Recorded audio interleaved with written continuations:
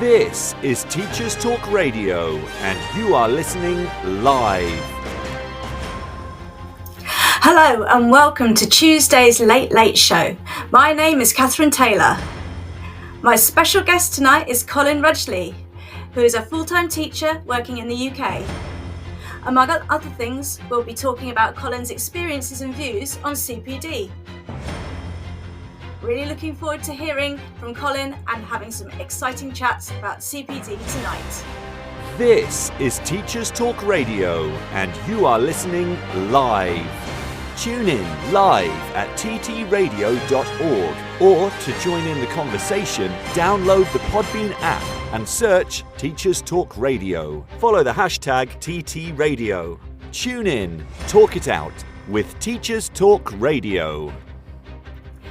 Welcome to the Late Late Show, everyone. I'm Kathryn Taylor, speaking to you live from Buckinghamshire. On today's show, I'll be talking to Colin Rudgley. I'll be talking to Colin about a number of things, including his experience of CPD. Colin, I'm just going to let you in. I hope you're there, and we'll play the news in just a moment. But Colin, are you there? Can you hear me? Hello. Hi, Colin. It's great to have you on the show. Just before we play the news, do you want to tell me a very little bit about yourself and your CPD adventures? Yeah. Basically, I've been teaching for nearly 20 years. I am Colin, loud and clear too. Thank you very much, Lesson Copy. Sorry, it's great. I've got my phone and all these things are happening at the same time. Brilliant. Anyway, I digress. But going back to your question, been teaching for nearly 20 years as a primary school teacher in the south of England, ranging from year 1 up to year 6. But with the whole CPD adventures, basically, I've been exploring the whole new range of qualifications that suddenly burst onto the internet since, especially after lockdown.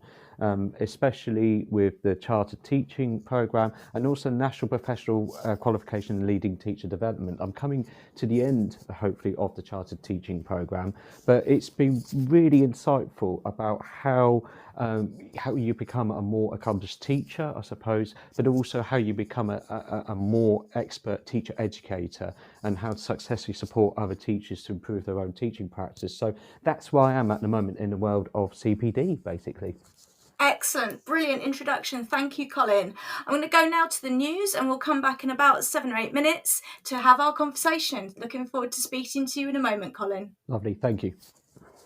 This show is brought to you in partnership with John Catt Educational, a leading publisher of books, directories, educational guides and magazines specifically aimed at forward-thinking schools in the UK and beyond. Have you checked out their latest releases? Don't miss out! Visit johncattbookshop.com to explore their full range of titles and advance your own professional development today. Happy reading! This is Teachers Talk Radio, and this is Teachers Talk Radio News.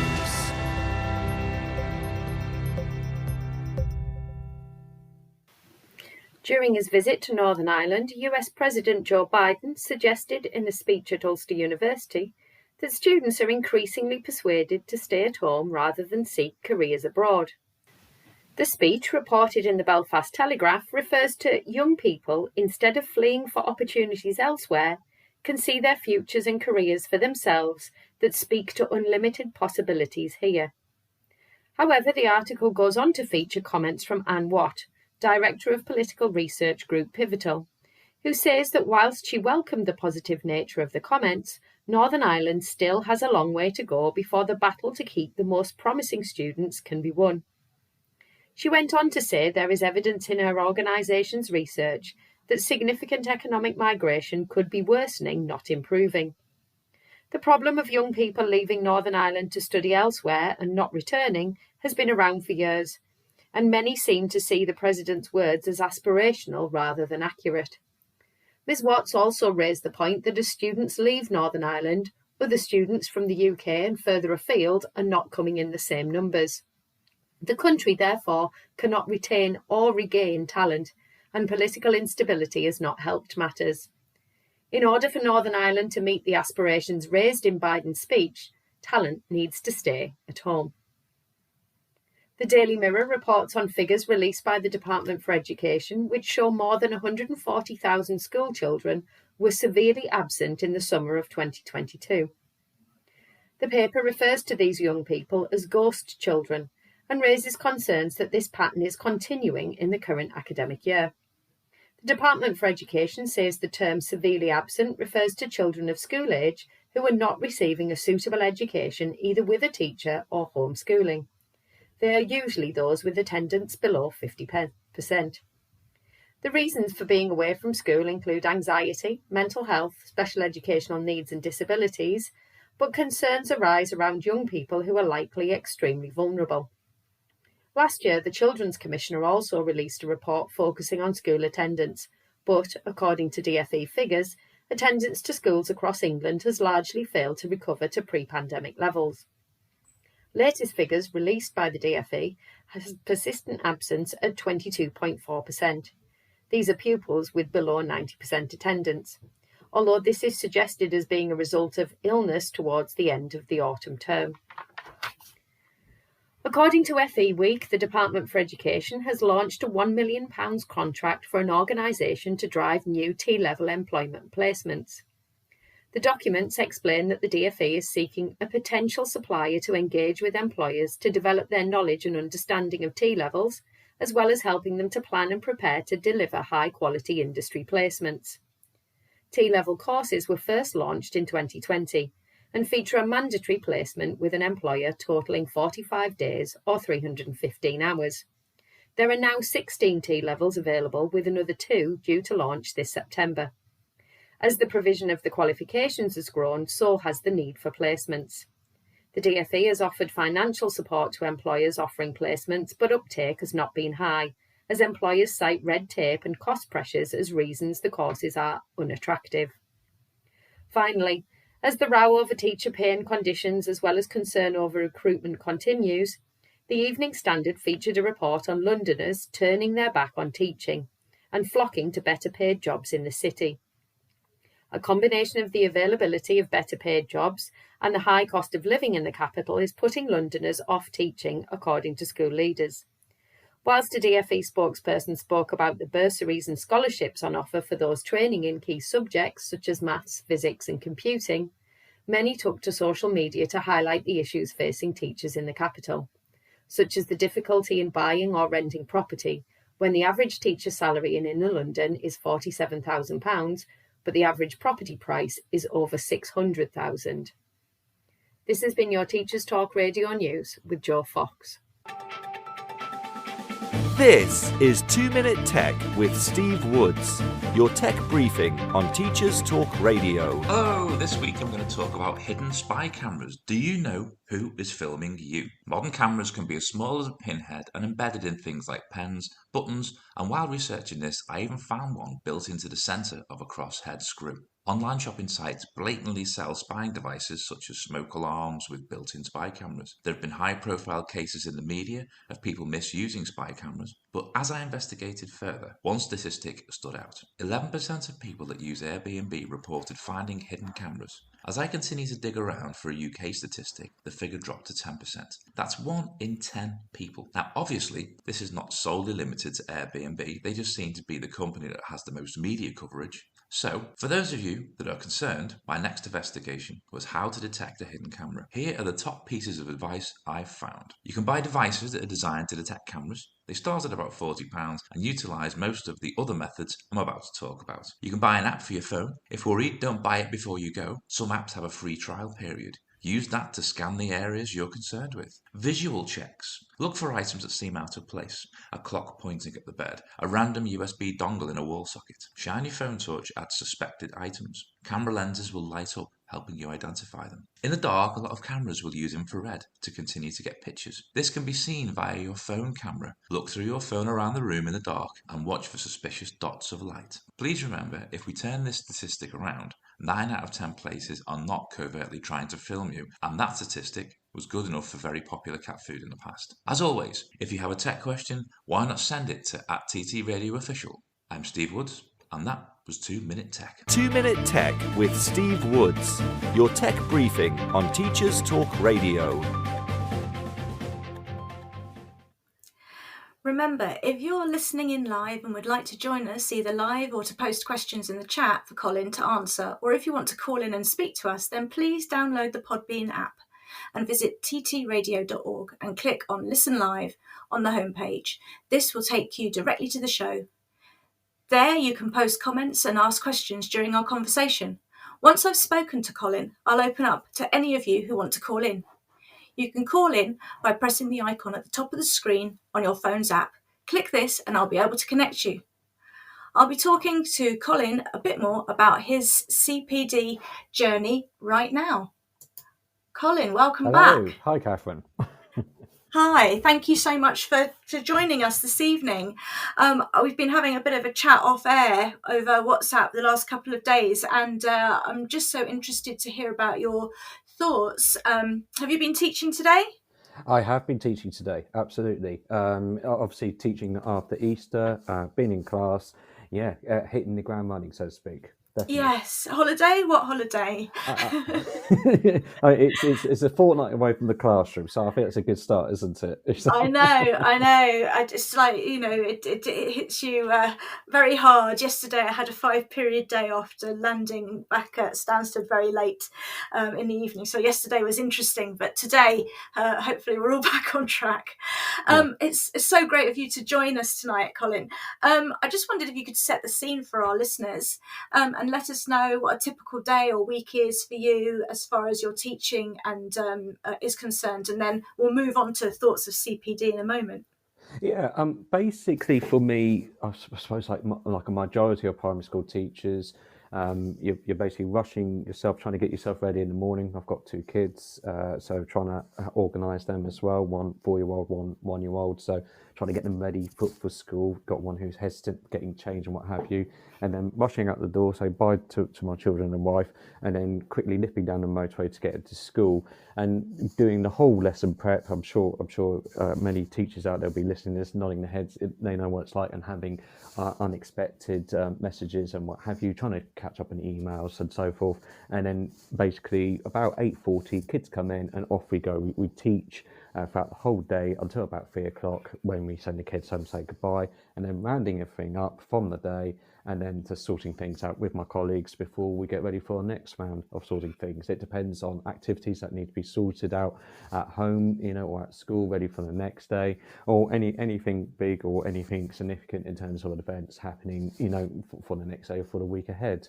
But in terms of CPD, it varies. So if I was to talk about CPD as we have in school, for example, it'd be I would call staff meetings, for example, or it might be attending a course, or it might be gathering around as a year group during PPA, discussing new ways of new educational approaches or new teaching methods, or reviewing lessons for the week ahead, or even looking at things that do work or may not work, or any problems that the children may have had in terms of their learning. So you've got that kind of CPD. But if you talk about the other side of CPD, as in, for example, like I've just completed the MPQ LTD result awaiting, I mean, that'd be a bit ad hoc, if that makes sense. So some evenings it might be a bit more free, so therefore I might be able to do a little bit more in terms of studying on the online course. So like list one often approach. Other times it might be, I won't be able to sit down as much as I would in terms of looking around the MPQ course. But basically it's that kind of flexible approach that I certainly like, in particular with online learning, rather than rigidly having to attend a lecture every now and then. The school's been supportive in terms of me having time with face-to-face sessions, during the school day, which is led by the MPQ provider.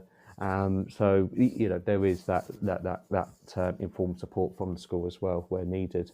Oh, that's really brilliant. Thank you, Colin. I'm really interested. I actually facilitate on the NPQ LTD, so I know a bit about that course. Oh. And I wonder if you could just, there's a couple of things I want to draw out from what you've just said. The first of which is, I found it very interesting how you almost seem to categorise staff meetings in with CPD. And I've found that before. Some people say to me that they kind of can't always tell the difference between a staff meeting and their CPD. I wonder, what distinction would you draw between functional conversations with staff, where it's very procedural and admin-y, and the actual CPD element of it? And then we'll talk about the MPQ in just a moment. Okay, well, in my mind, if you got CPD, okay, it can either be very much directed. So the school might, for example, might have an issue on, I don't know, let's say the use of meta memory across the school. So therefore, there would be training from the school, guidance in terms of the theory, what research has shown. So avoiding confirmation bias, allowing teachers to have an input into what works within their classrooms, and then moulding it to fit the ethos of the school. For me in particular, going back to what you said about CPD, some people say staff meeting, others say CPD. I like to thin it out further in terms of CPD and professional learning. Okay, so for me, CPD is an organisation or another individual having a conversation with you individually or as a collective, and saying, actually, this is what we need to do next against a particular criteria. It could be, for example, dare I say the word Ofsted, so it might be something meeting with that. I haven't heard any boos yet, so we're good on that front. Or it might be against the teaching standards, okay? We need to look at section 7, for example, behaviour management. Okay, what can we do to improve that? With professional learning, however, I feel, and this is a very biased viewpoint here, I like to add, it's more about you as an individual. What interests you, okay, in terms of you as a professional? What is it that you like to explore more? What it actually engages you? What is it that you want to challenge yourself more? And then as a result, I mean, maybe we should be discriminative, but you've got CPD and you've got professional learning.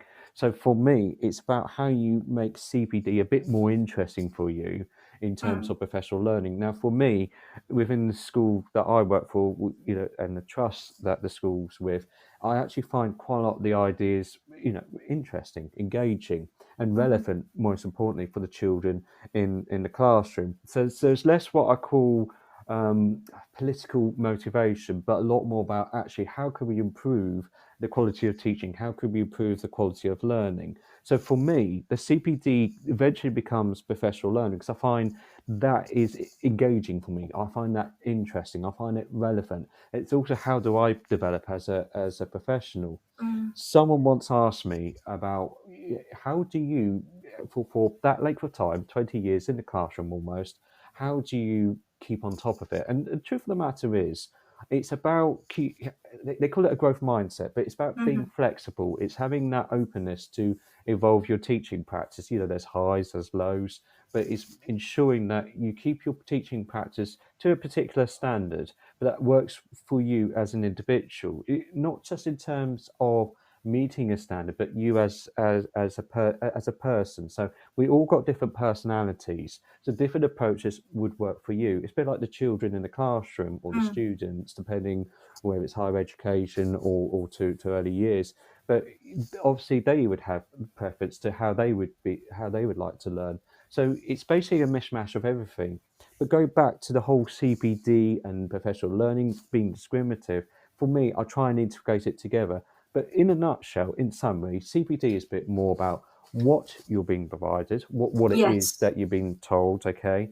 And then professional learning is more about self-interest. It could be for career goals, could be career gains. It might be something intrinsic in terms of professional satisfaction even. Or maybe it might be a little thing. But like recently I looked into meta-memory and metacognition in terms of how can we make that more effective for the children. Just therefore, it's that kind of intrinsic satisfaction, as I said earlier, in terms of, wow, these guys are making progress. And then you get that job satisfaction in return. No, that's really interesting. Thank you, Colin. It's quite fascinating because I've been looking quite a lot at the idea of teacher professionalism, and what you're saying rings quite true to me in terms of how people sort of see themselves as professional teachers in terms of having a growth mindset and being research engaged. There's an argument to say that if you're really engaged in your professional learning and see yourself as you say, having a growth mindset, that can actually be a bit of a buffer from some of the sort of symptoms of burnout that some people report. What would you say to someone who was feeling cynical and burnt out, perhaps, who's complaining about some of the structured CPD that's sort of offered in your school? Is that a conversation you would ever find yourself having, do you think?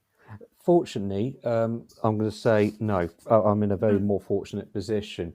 However, it's more about teacher workload, for example. Yeah. It depends on the priorities. It depends on the pressures people are having. It depends on the relationship between the person who's leading the conversation, the CPD discussions. It depends also if the person leading the CPD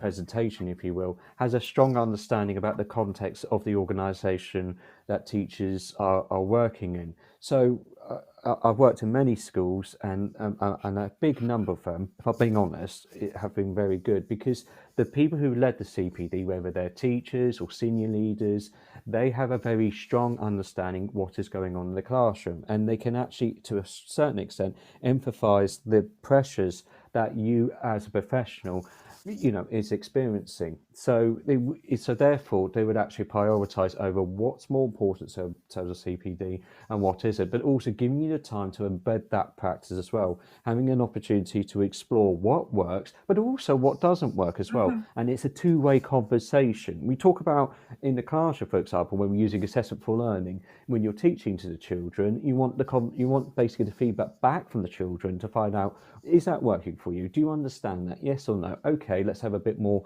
time on, together in the teaching inputs until you've understood that concept. And in when you're using self-evaluation as well, methods with the children. And for me, that is important, I feel, with CPD as well, to have that two-way conversation. So when you're coaching, for example, like I've done with an ECT or trainee teachers, you're having those open what and how questions. Now, I know if you've got the scale, I'm sure some of you appreciate like mentoring to coaching. I know it's different to when you're having a group conversation. But the thing is, it's about that communication process going on. And I think if you have that communication process going on, if you've got the empathy as well, two-way thing, and it is nerve-wracking. Don't get me wrong, I've led staff meetings where I think, ooh, crikey, but you know where you're going with everything. You know what it is that you want to deliver, but more importantly, you know your context, and to a certain extent, you've done your research as well, informal research about how this could go.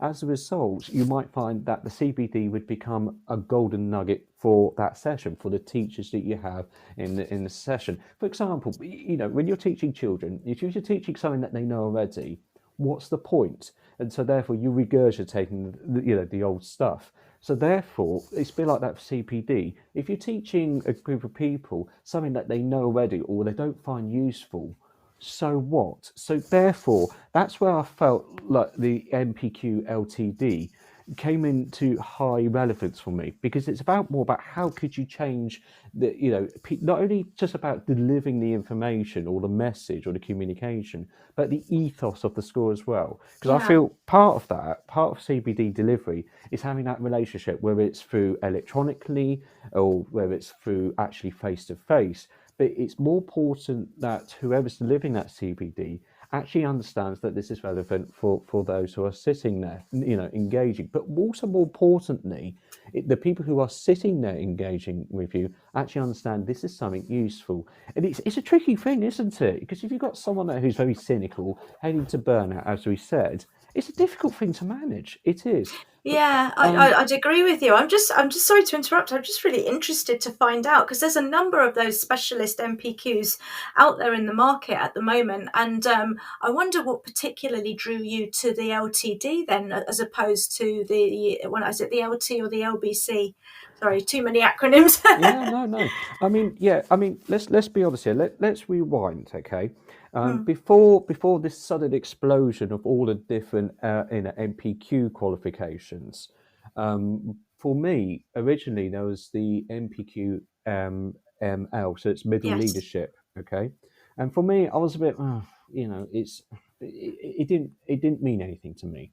So I had a skit student who I'm sure like every other mentor would say, "Oh, my skit student's fantastic." She was exceptional, and so for me, I took on a course which the school had funded. It was the basic coaching course, which was led by Andy Bucks. It was a self-taught course. You video yourself having a conversation with the other person that you're coaching, or the coachee, if you will, and then you send that video over with a work booklet. It was moderated by Andy Buck himself, and it ended up with a certificate. But whilst I was mentoring the skit students, I noticed that they offered the MPQ LTD, Leading Teacher Development, and I was actually pretty interested in that. So I had feedback from the skit provider. They were really happy with everything that I was doing. At one point, they were Ofsteded as well. There was a group of us, and I was one of the ones they chosen. But it was a lovely conversation. But it led on to the fact that the school who I currently work for now, the head of the school was willing to support me to enroll onto the program because you needed some kind of reference as well, I believe, to from the course just to say yes, this guy is appropriate to pursue this course. But I didn't just suddenly jump into it. I looked more into it, and what I really liked about it was about being a teacher educator, and I Yes. feel professional learning or CPD, choose whichever classification you will. I felt it goes hand in hand with the developing teachers and trainee teachers and even TAs confidence, and if their Yes. confidence grow, if they have a greater ownership over their personal development, they'll be more confident in the classroom with the students or the children that they are teaching. And then it works out as a two-way process, and they have greater ownership over their growth, their professional development, their confidence, and as a result, you just basically the children benefit from it, the learners themselves, because the key resource in any school is they're going to be people, the adults who Yes. work there. Yes, we got artificial intelligence developing. Yes, you could have online learning, but throughout all of that, you still need people because you can assess children. You can use algorithms and so forth. But then there's this other side of it where you need that human interaction. For Yes. example, I have learners who get, let's just say, put it in layman's terms, they got all the answers right. Okay, let's just say that I know it's not right. I can hear some educators shouting, say, "No, you don't say that." But anyway, let's just say they got all the answers right. Okay, then they say, "Yes, I understand," etc. But the body language is saying, "No, I don't." So it's giving those people the confidence to actually then, right, how can we tackle that problem next? So this is for me the leading teacher development also allowed me to explore further about not just individuals, not individual adults or groups of adults, but how do you influence professional development across the school? How can you create a really strong ethos of adults, or learners, if you will, taking grasp of their professional learning or their professional development? And also you have a range of people, those who might be experiencing problems. How would you approach it? But what I particularly love also was being updated against the 8 teaching standards as well, especially for the Yes. IPT students. And one thing in particular for me, it was strand 2, and how a lot of trainee teachers coming through now, they have a very strong understanding about metacognition, meta Yes. memory, Yes. and where someone like me who's not been in who's been in the classroom for years, should we say, suddenly got these bright guys coming in. Oh, we know about this, and I'm sort of sitting there thinking, I don't, Well, this is it, and Yeah. this is what I find so. I teach on that course. I facilitate on that course. I think it's so. I agree with you. I think it's so important to work towards developing that culture of lifelong Yes. learning, because it's true, isn't it, that a lot of advancements have been made in neuroscience and metacognition and cognitive science that simply weren't they didn't really exist in our field of professional learning, did they? 15, 20 years ago. It's all really very new, and of course that's filtering through to our trainees coming up. And I'm afraid to say that we do need, it's almost a moral imperative, isn't it, to make sure you understand these sort of new developments, because otherwise that you are kind of perpetuating inequality and disadvantage.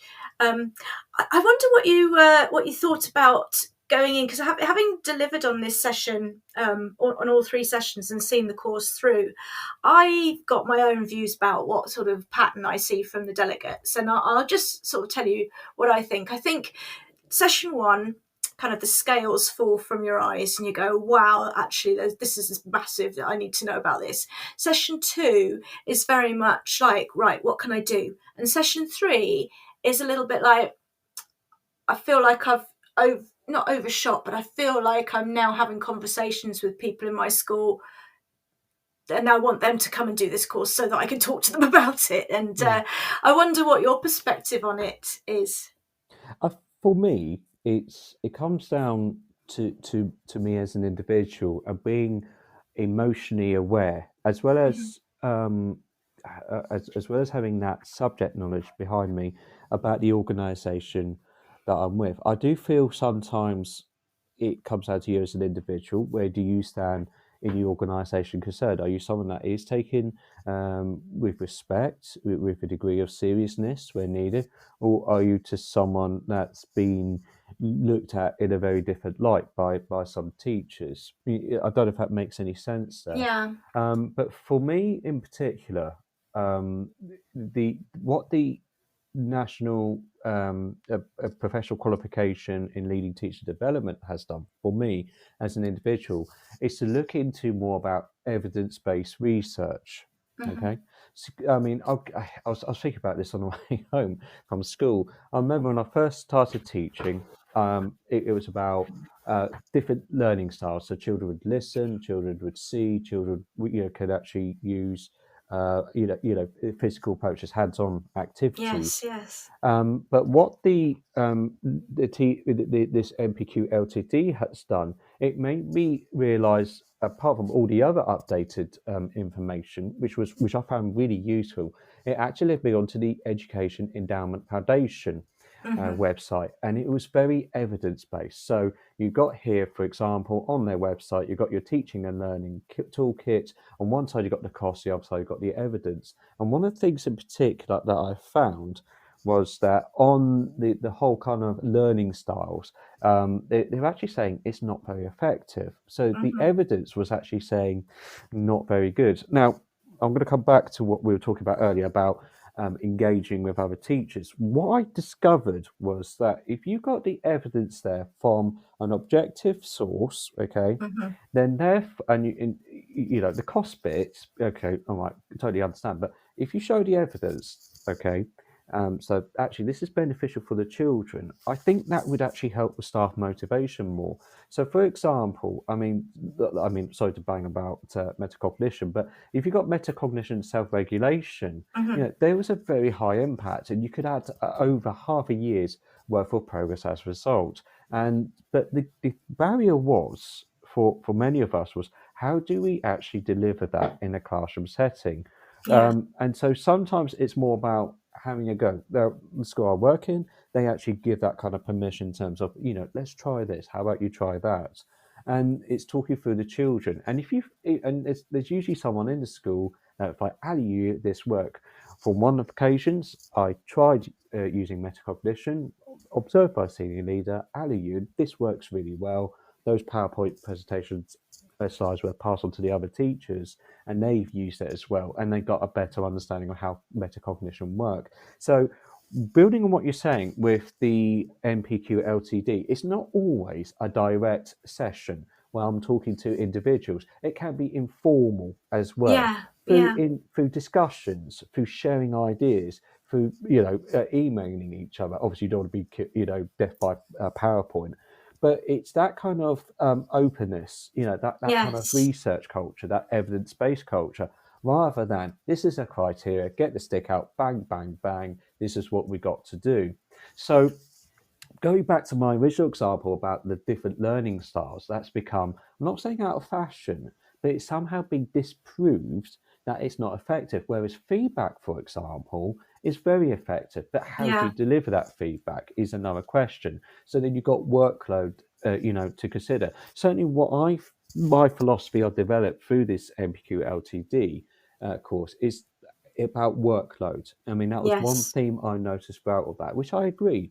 Especially if you're now an ECT, you go doing this online course, you got all of these other things as well. It's certainly a lot more than I was when I was an NQT. It was like 1 year, had your observations every half a term, which is like now. But the difference was at the end of that year, you met your match, brilliant, off you go, see you later. Whereas you got 2 years, you got to go Do and you do an think online that's course. do you think that's a benefit though? Because one of the reasons they've lengthened that induction time is, I mean, I don't know if you've ever come across a phenomenon called practice shock, which some of the research speaks about, sort of saying that, you go on your PGCE or your SCIT or whatever, and you learn about all of these pedagogical theories, and then you hit school, and then essentially school hits you, and you're just trying to survive.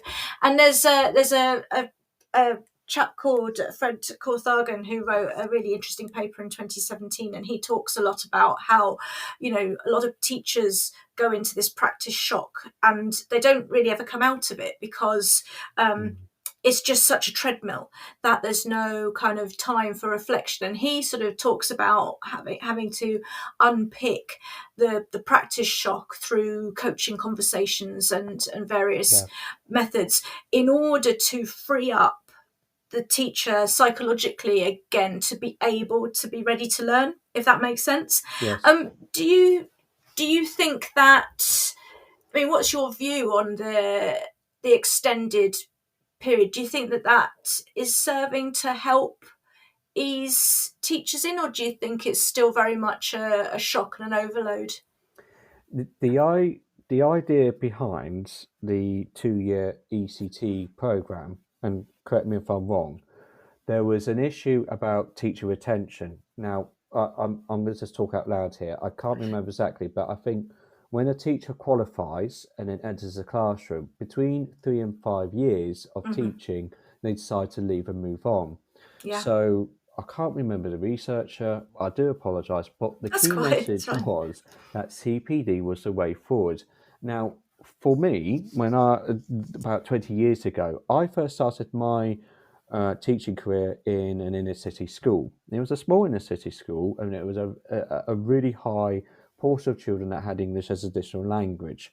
But the ethos of the school allowed me to find my feet as an individual, as a teacher. I was allowed to make mistakes, but also allowed to try other things as well. Yes, there are moments where I need to have a chat with the mentor, Colin, come on, But the thing was, I was allowed to make those mistakes. Yes. Also, let's look at it now and compare it to back then.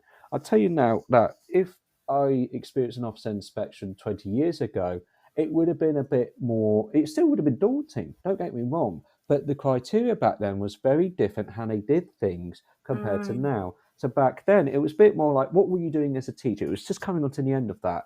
Okay, what are you doing as a teacher? What is it? So it was almost like a tick list. Okay, right, teacher's done that, teacher's done this. All the children are behaving great. Tick, tick, tick. Lovely, brilliant. Well Are done. you talking about the period between about 2010 and 2019 where you had to show that 20 minutes of progress? That's it. Yes, that's it. Yes, it was. Yes, that was an interesting time, wasn't it? Absolutely. And so therefore the spotlight went off from the teacher onto the children. Now, during that time, I might be completely wrong, but society changes, the nature of the children. And then when we got to lockdown 2020, as a result, there was a period where children were not coming into school. There was a lot of online learning. So if you were an ECT or an NQT around that period, sorry, I do apologise, can't remember when. But the thing was, you had that kind of period of, this is very unusual, and it was a very pressured moment as well. It was unusual, but it was very much a period where it was a lot of uncertainty. And then now, if you look at it now, I'm sure several other teachers will say the same. Potentially, behaviour is different. There are gaps in children's learning because they miss certain parts of schooling because they're at home. It's a bit ad hoc. So for a newly qualified teacher, they're under a lot more different pressures than there used to be when I first qualified. Also, on top of that, you look at the offset criteria. I know it's changed again, but it's a bit more uncertain. There is a bit more higher stakes, I Yes. feel, with that. So chances are the younger teachers are feeling that. But I could see the idea though behind it. The Mm. education minister at the time, whether he, I mean, that's another discussion altogether. But I could see this individual in particular. I could see his viewpoint about the whole CPD idea. But then when you're trying to nationalise it, you're creating a course. Obviously, they spent time on it, and these are the things they need to work on through the teaching strands. Okay, Mm. 2 years, so you can embed that practice, if you will, and then hopefully by the third year, they'll be feeling a bit more understandable. Now, for me, I think it's great, but it comes down to the organisation of the school that the people work for. If you, for example, got two teachers, you've got one teacher working in a very small, I'm going to use primary school as a context, okay, for me. Yeah. You've got one teacher A, working in a very small primary school, and they got to do everything. They got to plan the English, the maths, the science, all the subjects, and they're on their own. And I mean, let's add in an extra twist, and it's a mixed year group. That's a lot more pressure compared to, say, for example, someone who might be in a free class intake in 1 year group, so they can share the load, they can share the workload, they can share the ideas. So it comes down to context as well. Also, I feel it depends on the environment they're in, how supportive they are, and also the individuals themselves, how resilient Mm. they are, or how much experience they may have had in terms of interacting with children prior to actually teacher development as well. There's so much that people can do to support these individuals, like you say, through coaching, which I agree. But also at the same time, though, it comes down to, I mean, I'm being completely biased here now, so please challenge me. But it comes down to the environment they're working in. It comes down to their philosophy, their attitude, their resilience, but also in particular what challenges they've been presented. Some people have challenging classes, really challenging classes. They Mm. seem to Yeah. thrive. You've got others who sort of took a half-hearted approach in teaching and then gone, this is not for me. It's a lot of verbal factors. I'm just talking out loud here from Yeah, no, that's experience. absolutely great. I mean, I was just really interested. There's a theory, McChesney and Aldrich. They released a paper in 2019, I think, and it was all about what gets in the way of professional learning, and they sort of characterise professional development as the activity and the learning as the change in teacher behaviour. And they kind of identified all these barriers. And the first of them is, you're part-time and the training's on your day off. So that's a barrier because you can't go to it. And it Yes. goes all the way through to, there's a complicated psychological theory and you just don't understand it. So you kind of have this maladaptation where you kind of present it in a way which looks like very superficially what it's supposed to be, but it isn't actually effective, all the way through to, you don't like the trainer because you don't think they're credible, all the way past that to, you like the ideas there, but you think your class is too naughty or whatever it is. You feel that it's not appropriate for your learners, or they're saying use IT and you haven't got enough computers. And I think those kinds of barriers, I think it's really interesting to try and think about, if you think there are blocks to teacher professional learning, where are they? I just wondered, I know I've just thrown that at you, Colin, but I wonder what you make of that theory, if you've got any ideas or thoughts. I think I'm going to build on what you said. I remember it was about you had the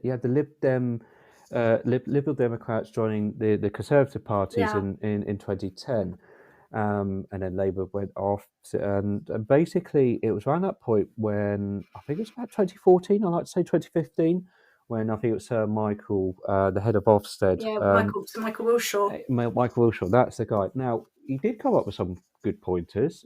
Like I remember he came up with the rule of thumb. You got engage, challenge, and progress. In lessons that happen. You know what? And to be fair, he did simplify some things. And actually, there are some things I thought actually they're very good pointers. But the key concern was, and I remember listening on the radio at the time, was he introduced this new offset criteria like that straight away. And it was an expectations for teachers to suddenly jump onto that, up to that next step. Yes, and he said as well that if we were upset by it, then it was working, didn't he? Yeah, that's it.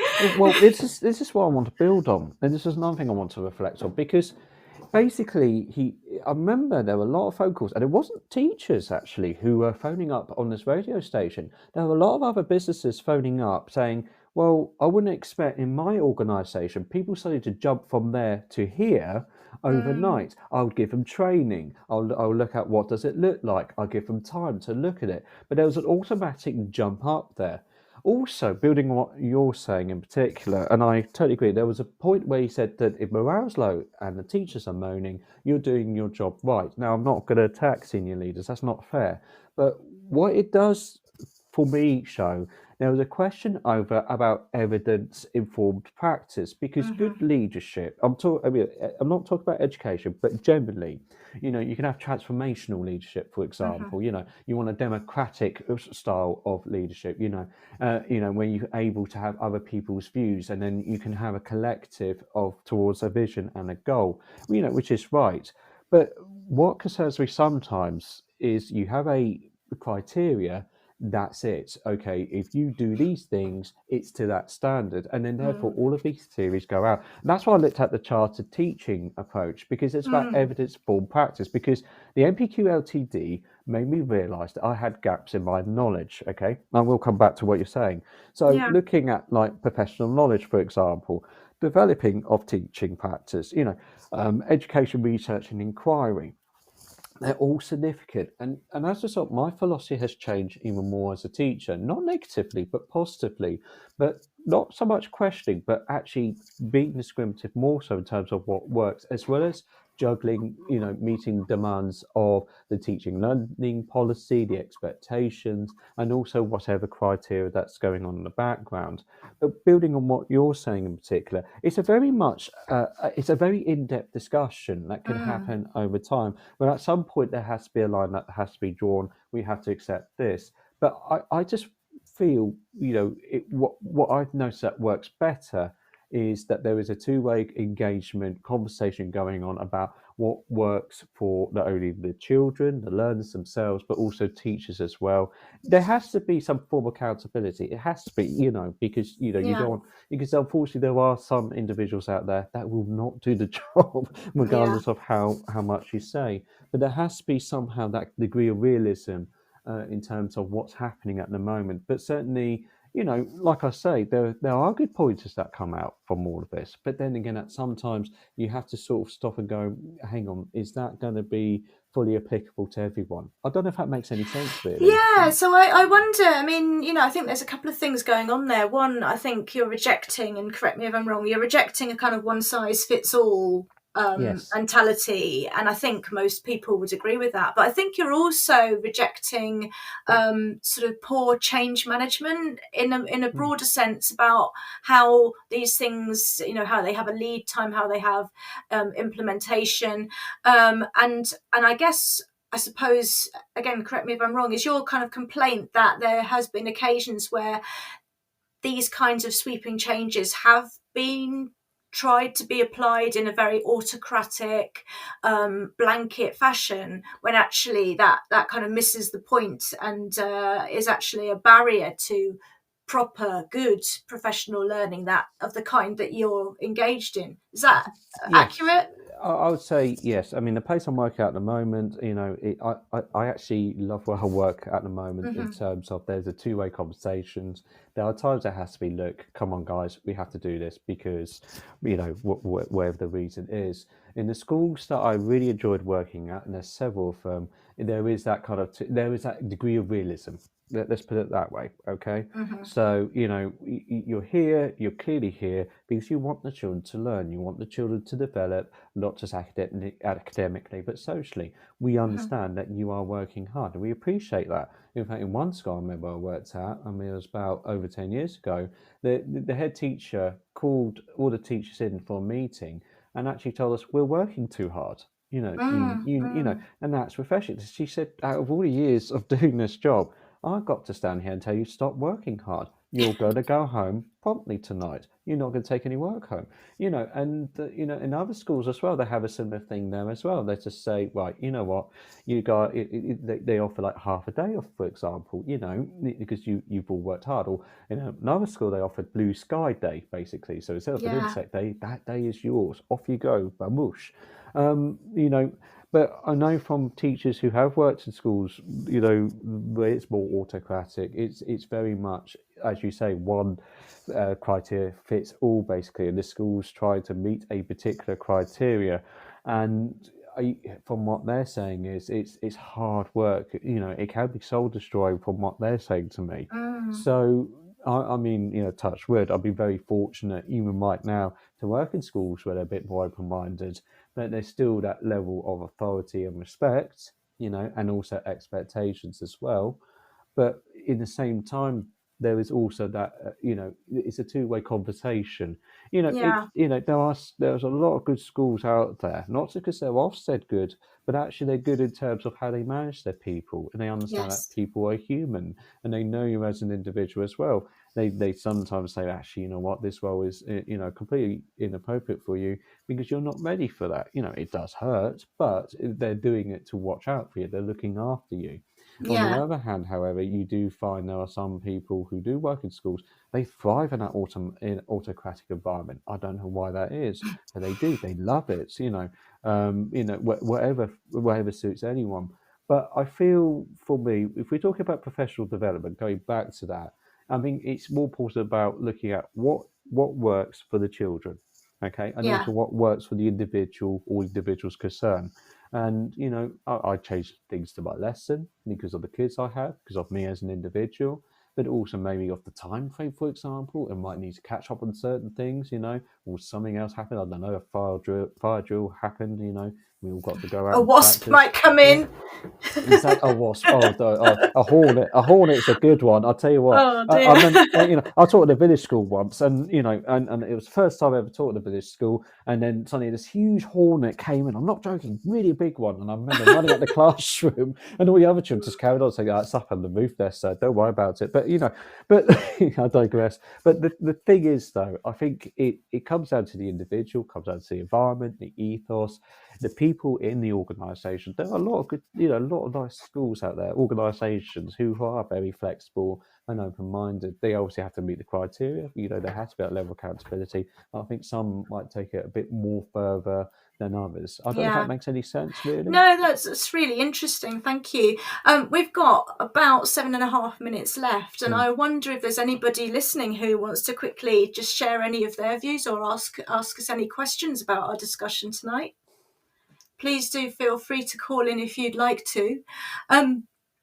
While we just give people a moment to engage if they wish, I just wonder, Colin, if you had to choose the most engaging CPD session or professional learning that you've engaged in, what would it be? For me, it would Mm-hmm. be what I call education research and inquiry. So, in a situation where, in your context, in your classroom, for me, I can give it as an example, if you like. The situation was to encourage children to engage in metacognition effectively. So the task was to find ways of delivering metacognition more effectively, and it wasn't just simply, oh, we're just going to go off and do it, but it was several stages. So for me in particular, it was about developing and reflecting upon my current practice before engaging in cycles deliberate practice to refine my approach and expertise in metacognition. And as a result, I was able to go back to looking at some of the research, having feedback from observers, putting that information together and reviewing the practice and going back and actually delivering that metacognition approaches, if you will, more so, but more importantly, seeing at the end of the process of deliberate practice, developing my teacher expertise, as a result, seeing the evidence of the children statistically and also, from a qualitative viewpoint, that they improve. So it's very much a self-governed evidence-informed action plan. But in terms of directed learning, I mean, you got the NPQ LTD. I enjoyed that because I can dip in and out wherever I wanted to. But in terms of actually face-to-face learning, it can either be coaching. I find that really useful, whether it's with someone who is higher up the ladder, so to speak, or who are as an equal, as a class teacher, or actually in a whole staff meeting session where the information is relevant and it's put into context and it's actually something that is meaningful. So I'm not talking about airy-fairy kind of thing. For example, we're struggling trying to get the reasoning and problem solving up, or here's an approach that we can use, and it's very much something that we can all take on, and it's accessible for all of us as professionals. Oh, that's really brilliant. This is a cheeky question, Colin. I'm going to give you a moment just to think about it, but here goes.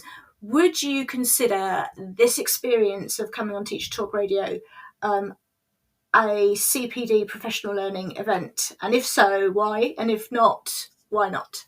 Well, for me, I would say it is. And I know you gave me a moment to have a little think, but I've jumped the gun now.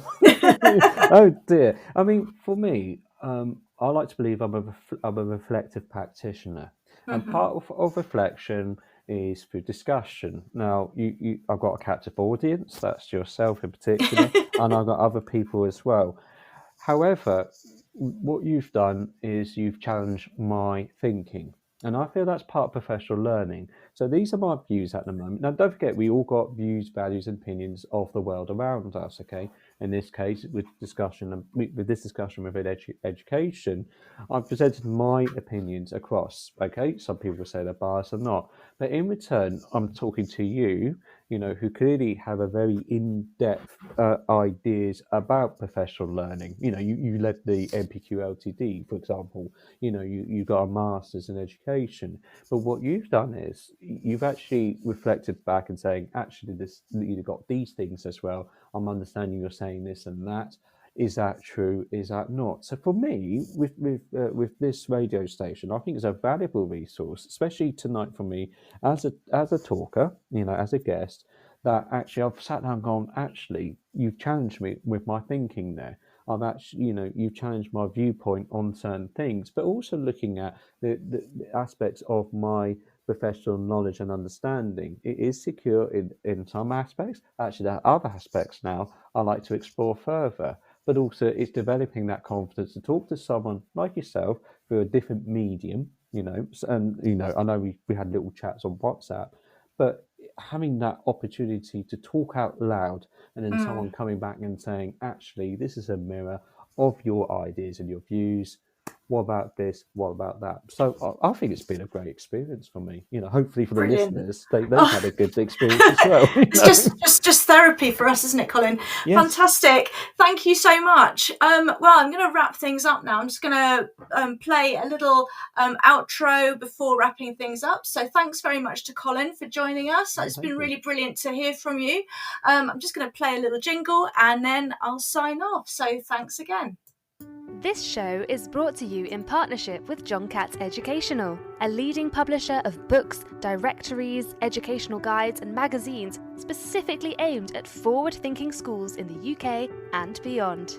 Have you checked out their latest releases? Don't miss out! Visit johncatbookshop.com to explore their full range of titles and advance your own professional development today.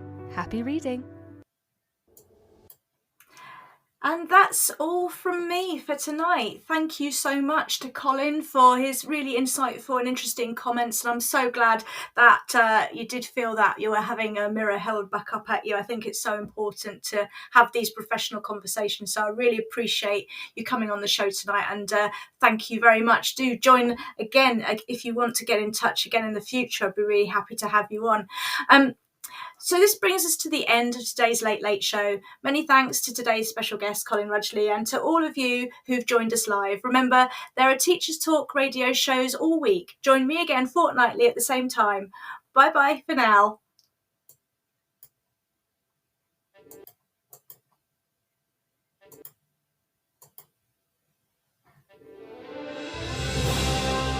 You've been listening to Teachers Talk Radio. Tune in live and listen back at ttradio.org. We look forward to hearing from you next time on Teachers Talk Radio.